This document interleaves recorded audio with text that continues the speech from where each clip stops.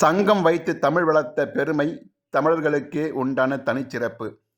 அச்சங்கம் முதற்சங்கம், இடைச்சங்கம், கடைச்சங்கம் என முச்சங்கமாக இருந்தது. அதில் முதல் சங்கத்தில் முதல் புலவனாக வீட்டிருந்து தமிழாய்ந்த தகைசால் புலவன் சிவன், அடுத்து முருகன், அதற்கடுத்து அகத்தியன், அதற்கடுத்து நக்கீரர் என இப்படி வளர்ந்து கொண்டே இருக்கும் தமிழ் புலவர் குழு. மதுரை மாநகரில் இயங்கியது மூன்றாம் தமிழ் சங்கம். அச்சங்கத்தில் அரங்கேற்றப்பட்டவைதான் பாட்டும் தொகையும் இன்ன பிற நூல்களும். சில நூல்கள் நீரில் மூழ்கின, சில நூல்கள் தங்கள் கற்பை நிலைநிறுத்த தீக்குளித்தன. அந்த புலவர் கூட்டத்தில் ஒருவரான ஔவை மீது அளவற்று பற்று கொண்டவன் முருகன். அவன் ஔவையிடம் விளையாடிய விளையாட்டு ஞான விளையாட்டு.